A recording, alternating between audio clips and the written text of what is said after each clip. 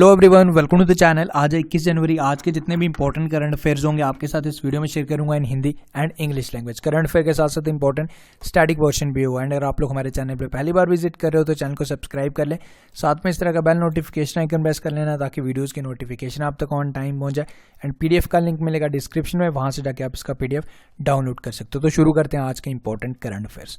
2 question आपने answer करने होते हैं प्रीवियस डे के। फर्स्ट क्वेश्चन जो आपने मुझे बताना है, which Indian born was honoured with 2019 Japan prize. तो ये बताना है कि किसे दिया गया, पिक्चर भी आपके सामने है।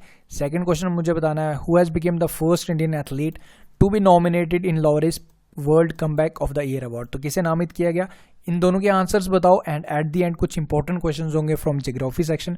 करंट अफेयर की वीडियो देखो, देन उसके बाद मुझे उनके आंसर्स भी बताओ। तो शुरू करते हैं आज का important current affairs. First question है, Who among the following launched Young Scientist Program on 18 जनवरी 2019। तो ये किस प्रोग्राम का, यंग साइंटिस्ट प्रोग्राम का आपको बताना है किसने लॉन्च किया, किस ऑर्गेनाइजेशन ने किया। तो ये किया जी इंडियन स्पेस रिसर्च ऑर्गेनाइजेशन किया, क्योंकि जो स्टूडेंट एक्सप्लोर करना चाहते हैं in the field of research उन्हें एक अपॉर्चुनिटी प्रोवाइड की जाएगी। हर स्टेट से 3 स्टूडेंट सिलेक्ट किए जाएंगे एंड हर यूनियन टेरिटरी से भी 3 स्टूडेंट सिलेक्ट किए जाएंगे। उन्हें प्रैक्टिकल ऑब्जर्वेशन दी जाएगी, लैब्स में विजिट करवाया जाएगा। अगर वो इसमें अपने करियर बनाना चाहते हैं उन्हें बेसिकली एक अपॉर्चुनिटी प्रोवाइड की जाएगी। ठीक है, तो ये प्रोग्राम लॉन्च किया गया by Indian space research organisation द्वारा। एंड ISRO के बारे में तो मैं आपको हर बार ही बताता हूँ। देखो, ISRO की जो एस्टैब्लिशमेंट हुई थी 15 अगस्त 1969 एंड इसके हेडक्वार्टर्स बेंगलुरु में। एंड इसके जो चेयरपर्सन है राइट नाउ वो हैं जी K शिवान। एंड इसके जो father of Indian space research organisation जो आने जाते हैं वो है जी विक्रम साराभाई। एंड जो इसका मोटो है वो भी आप याद रख लो, space technology in the service of humankind. Okay, मैं फिर से रिपीट कर रहा हूँ, space technology in the service of humankind. तो इतनी चीज़ें आपको याद रखनी है फ्रॉम दिस क्वेश्चन। ओके, करते हैं next question. Where will be the 4th edition of India steel 2019 exhibition and conference from be held from 22 to 24 January 2019। तो ये 4th edition of India steel 2019 exhibition किया जाएगा।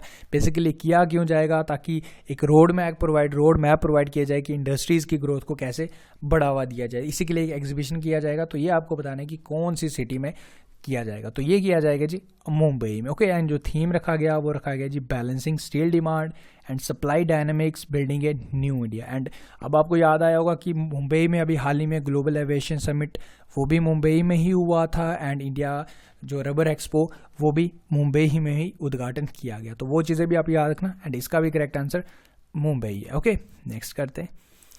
Where was a Larsen and Toubro's armoured system complex. ठीक है, ये Larsen and Toubro system complex का उद्घाटन किया गया ऑन 19 जनवरी 2019। तो आपको बताने की कौन सी इंडियन स्टेट में किया गया। सबसे पहले ये देख लो, ये जो आपके सामने है, जो मैंने टैंकर आप जिसको बोलते हो, ठीक है, तो ये है जी हमारा K9 वज्रा। ठीक है, बेसिकली ऐसे टैंक्स जो हम ना बाहर से इंपोर्ट करते हैं, बाहर से लेते हैं। तो अब ये कम्प्लेक्स बनाया गया तो जिसका नाम है Larsen and Toubro armoured system complex. तो हमारे इंडियन स्टेट में ही ये तो खुद बनेगा। ठीक है, तो हम खुद से सेल्फ डिपेंडेंट होंगे। तो ये ऑर्गेनाइजेशन ये बनाएगी हमारे इंडिया में। कौन सी जगह बनाएगी, ये बनाएगी जी गुजरात में। ठीक है, तो ये याद रख लो गुजरात में बनेगा। एंड ये आर्टिलरी गन सिस्टम से। उसके बाद एक चीज़ और याद रखो, अभी लार्सन एंड ट्यूब्रो से आपको याद आया होगा कि जो हमारे इंडिया का, नॉर्थ इंडिया का वर्ल्ड का लार्जेस्ट जो टॉलेस्ट स्टैचू सरदार वल्लभ भाई पटेल का, तो उसका जो कंस्ट्रक्शन कंपनी थी वो भी Larsen and Toubro construction company ने बनाया था। ठीक है, वो भी याद रख लेना। एंड ये जो इसका उद्घाटन हुआ, जिसको इनॉग्रेट हुआ है Larsen Toubro armoured system complex, तो ये हुआ जी गुजरात में। ओके, नेक्स्ट करते हैं। As per the status paper on government dept released on 18 January 2019, the total liabilities of the government has increased by how much % in the last 4.5 years। यानी कि देखो 8th edition of status paper on government डेप्ट, ये ऐसा एक जो एक data निकाला जाता है। तो इसमें ये बताया जाता है कि हमारी जो गवर्नमेंट इंडिया तो उसके ऊपर कितनी लाइबिलिटीज़ हैं। ठीक है, कितने उन पे डेप्ट हैं, कितने पैसे उन्होंने देने। ठीक है, तो ये होता है लाइबिलिटीज़। तो ये जो लास्ट 4.5 ईयर्स में अराउंड 49% तक ये इंक्रीज हो गया। ठीक है, तो इसके बाद जैसे ये डाटा आया उसके बाद हमारी इंडियन गवर्नमेंट पे जो लाइबिलिटीज़ हैं वो हैं जी 84 लाख करोड़ की। ठीक है, ये भी याद रख लेना। एंड मतलब अराउंड डबल हो चुका है लास्ट 4 ईयर्स में जो हमारी इंडियन गवर्नमेंट पे जो लाइबिलिटीज़ हैं। ठीक है, तो ये जो सामने पिक्चर है ये हमारे फाइनेंस मिनिस्टर हैं अरुण जेटली। नेक्स्ट करते हैं। Who was appointed as acting chief justice of Karnataka high court. तो एक्टिंग चीफ जस्टिस अपॉइंट हुए, जो पहले वहाँ के चीफ जस्टिस थे उनका एलिवेशन हो गया, डेट मीन वो सुप्रीम कोर्ट के जज बन गए। तो अब जो ये एक्टिंग चीफ जस्टिस किए गए तो ये हैं जी हमारे जस्टिस लिंगापा नारायणा, ठीक है, इनका नाम याद रख लो, जस्टिस लिंगापा नारायणा। एंड ये जो बाकी ऑप्शन हैं ये भी आपके लिए इंपॉर्टेंट है, आई होप सबको याद रहता होगा क्योंकि मैं हर बार ही रिपीट करवाता ही हूँ। जस्टिस प्रवीण कुमार, ये जो अभी आपको याद होगा अमरावती में जो न्यू हाई कोर्ट बना था 1 जनवरी 2019 से ऑपरेशनल हुआ था, तो उसके जो फर्स्ट चीफ जस्टिस बने थे justice TBN Radhakrishnan, Telangana high court के चीफ जस्टिस बने। एंड जो गीता मित्तल हैं जी जम्मू एंड कश्मीर की चीफ जस्टिस। ओके, तो इसका जो करेक्ट आंसर है जी justice Lingappa Narayana. Okay, next करते हैं। वेयर डिड निर्मला सीतारमन हमारी defence minister inaugurated Diphu bridge over Diphu Chiphu river on 19 January 2019, तो इसका उद्घाटन किया जिसका नाम है जी डीफो ब्रिज, ठीक है, तो ये किया जी हमारा अरुणाचल प्रदेश में। ओके, अब अरुणाचल प्रदेश में हाल ही में एक और ब्रिज, आई होप सबको याद होगा, इंडिया का सबसे longest steel cable suspension bridge, उसका भी उद्घाटन अरुणाचल प्रदेश में ही हुआ था, वहाँ की CM पेमा खांडू ने किया था। एंड इसका उद्घाटन किया जी डिफेंस मिनिस्टर निर्मला सीतारमन जी ने, ठीक है, तो ये याद रख लो, छोटा सा ब्रिज है, 426 मीटर का ये ओनली ब्रिज है। ओके, तो ये चीज़ याद रखना। अभी आसाम में भी बोगीबिल ब्रिज बना था, वो भी याद रख लेना। एंड केरल में अभी कोलाम बाईपास जिसका मैंने आपको बताया था, तो जो उद्घाटन किया था ऑन नेशनल हाईवे 66, जिसपे जितना भी एक्सपेंडिचर आया था वो 50-50 डिवाइड हुआ था, यानी कि 50% स्टेट ने पे किया था एंड 50% सेंटर ने पे किया, तो वो भी याद रख लेना। एंड इसका जो करेक्ट आंसर है जी अरुणाचल प्रदेश, ठीक है, ये सामने आपके ब्रिज भी है। Next question is who has been appointed as the MD managing director and chief executive officer.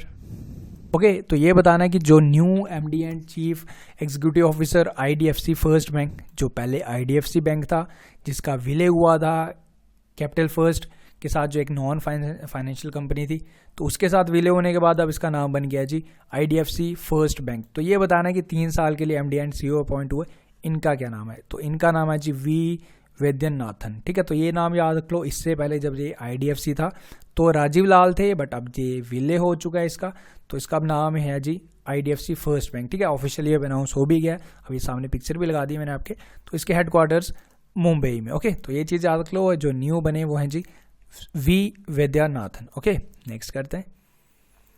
In which Indian state Mughalsarai tehsil is named after Pandit Deendayal Upadhyaya, ठीक है, देखो अब मुगल सराय से आई होप सबको पता चल ही गया होगा, ठीक है, मुगल सराय का एक रेलवे स्टेशन भी था जिसका नाम बदल कर पंडित दीनदयाल उपाध्याय रखा था।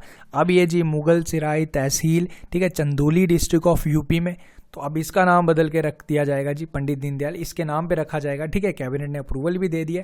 तो ये कहाँ पे, आई होप ये क्वेश्चन सबने आंसर इजीली गेस कर लिया होगा। एंड पंडित दीनदयाल उपाध्याय ये आपके सामने, ठीक है, तो ये है जी यूपी में। ओके, उत्तर प्रदेश में जहाँ पे कुंभ मेला भी चल रहा है।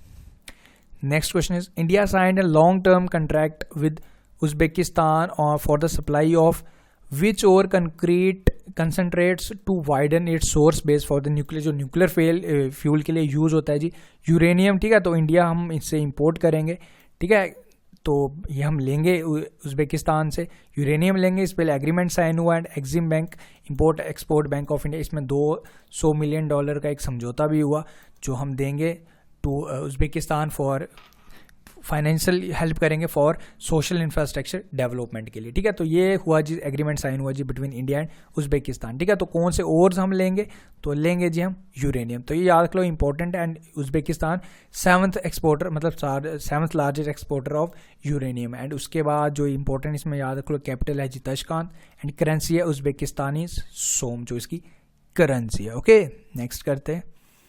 Who has been appointed as a new Director General of National Human Rights Commission, जो ये अपॉइंट हुए, इनका नाम आपको बताना है। सेक्रेटरी जनरल भी हुए थे हाल ही में, वो भी याद रख लेना, जयदीप गोविंद एंड प्रभात सिंह हुए जी जो new director general of human rights commission. Okay, picture भी आपके सामने है। Next question is which of the following state became the third state to implement 10% reservation for economically poor classes, तो फर्स्ट तो गुजरात बनी थी एंड सेकंड बनी थी जी झारखंड, ठीक है, अब आपको बताना थर्ड कौन सी बन गई है, थर्ड बनी गई जी यूपी। बेसिकली देखो फर्स्ट सेकंड थर्ड याद रख लो, डेट्स ऑल। अब हर state day by day implement करेंगे तो हम पूरी चीज़ें याद नहीं रख पाएंगे, हमारा माइंड है डेस्कटॉप नहीं, ठीक है। गुजरात तो आपको 101% याद रखनी है, सेकंड भी याद रख लेना ये जी झारखंड।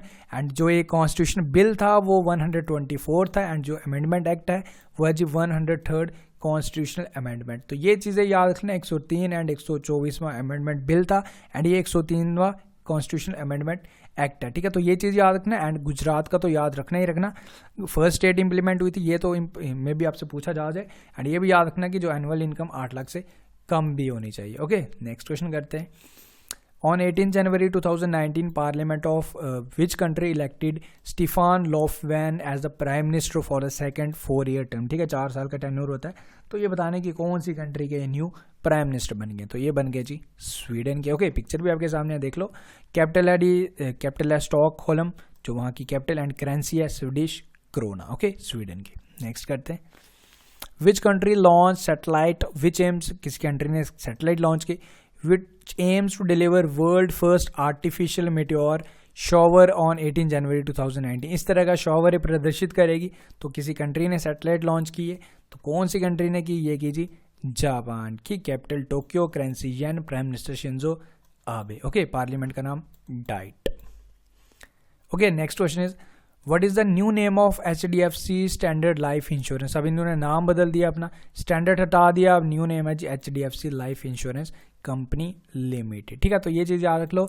इस बैंक ने अपना नाम, बेसिकली इंश्योरेंस है, ठीक है, इंश्योरेंस कंपनी है ये, बैंक भी अलग से है, इंश्योरेंस भी अलग। तो इन दोनों के हेडक्वार्टर्स मुंबई में, ठीक है। तो अब इसकी टैगलाइन अलग अलग है। जो HDFC, जो न्यू नाम है HDFC लाइफ इंश्योरेंस कंपनी, इसका टैगलाइन भी याद रख लो। टैगलाइन है इसकी जी सर उठा के जियो, ठीक है। एंड जो HDFC बैंक है हमारा, उसके हेडक्वार्टर्स भी मुंबई में ही है, इसके भी हेडक्वार्टर्स मुंबई में ही है। एंड जो उसकी टैगलाइन है, जो HDFC बैंक है, जिसकी फुल फॉर्म भी याद रखना, हाउसिंग डेवलपमेंट फाइनेंशियल कॉर्पोरेशन, ठीक है, housing development financial corporation. And इसकी जो टैगलाइन है वो है जी we understand your world. Okay, next करते हैं। ठीक है, ये हो गए जी आज के हमारे important current affairs. I hope सारी चीज़ें क्लियर हैं। कोई भी कंफ्यूजन है, कोई भी डाउट है, आप मुझे कमेंट करके मुझे बता सकते हैं। ठीक है, तो अब करते हैं जी जो आपने मुझे आंसर्स करने हैं फ्रॉम स्टैटिक पोर्शन, जो आपके लिए क्वेश्चन हैं, 5 क्वेश्चन है, इंपॉर्टेंट क्वेश्चन है। आप मुझे बताओ, आपको जितने आते हैं बताओ, नहीं आते कोई प्रॉब्लम नहीं है, कल की वीडियो में इनके आंसर्स भी शेयर करूंगा। ठीक है, जो भी मुझे बताएगा आप चाहे सर्च करके बताओ। देखो, आप जो कमेंट करते हो एक्स्ट्रा चीज़ें भी उसमें लिख दिया करो, ठीक है, इन डिटेल बताने की कोशिश किया करो, बिकॉज आपके कमेंट से भी बाकियों की भी हेल्प होगी। बिकॉज जो आपका जो पिंड कमेंट होगा, जो सबसे अच्छा कमेंट होता है, मैं उसको पिंड भी करता हूँ ताकि वो कमेंट सारे लोग पढ़े भी। एंड इसके साथ इसके आंसर्स तो आप शेयर करेंगे, जो एक्स्ट्रा चीज़ें भी आप करें तो वो दूसरों के लिए भी हेल्प होती है। देखो, बेसिकली आप कुछ चीज़ लिखते हो, आप चाहे सर्च करके लिखो तो एटलीस्ट आपको वो चीज़ें तो याद रहने ही वाली है ना। आप सर्च करो या वटएवर जो भी करो, बट आपके लिए तो हेल्पफुल होंगी, तो इसके साथ साथ दूसरों की भी हेल्प होगी। ठीक है, तो ये चीज़ें हैं। तो अब आपको ये जो आंसर्स बताने हैं, which state has the largest coast line India, कौन सी कंट्री का सबसे स्टेट का लार्जेस्ट कोस्ट लाइन है ये बताओ। कोरागरम हाईवे कौन सी 2 पेयर ऑफ कंट्रीज़ को कनेक्ट करता है ये बताओ। एंड थर्ड बताओ मुझे, which country has the longest international border with India. तो कौन सी कंट्री के, मतलब हमारे इंडिया का कौन सी इंटरनेशनल बॉर्डर कौन सी कंट्री के साथ सबसे ज़्यादा लगता है। एंड फोर्थ बताओ, the state with largest area wasteland, ठीक है, लार्जेस्ट एरिया विद वेस्टलैंड कौन सी स्टेट है। एंड फिफ्थ मुझे बताओ, largest population of schedule tribes is in which Indian state. तो सबसे ज़्यादा शेड्यूल ट्राइब्स की पॉपुलेशन कौन सी इंडियन स्टेट में। ओके, तो ये 5 मुझे बताओ। That's all from this video. उम्मीद करता हूँ वीडियो पसंद आ रहे हैं आप सबको। ठीक है, वीडियोस पसंद आ रहे हैं तो लाइक तो ज़रूर कर दिया करो, साथ साथ इसे शेयर करना ना भूला करो। ठीक है, ज़्यादा से ज़्यादा लोगों के साथ इसे शेयर भी कर दिया करो। So thank you for watching the video. मिलते हैं नेक्स्ट वीडियो में। Until take care, best of luck and have a great day.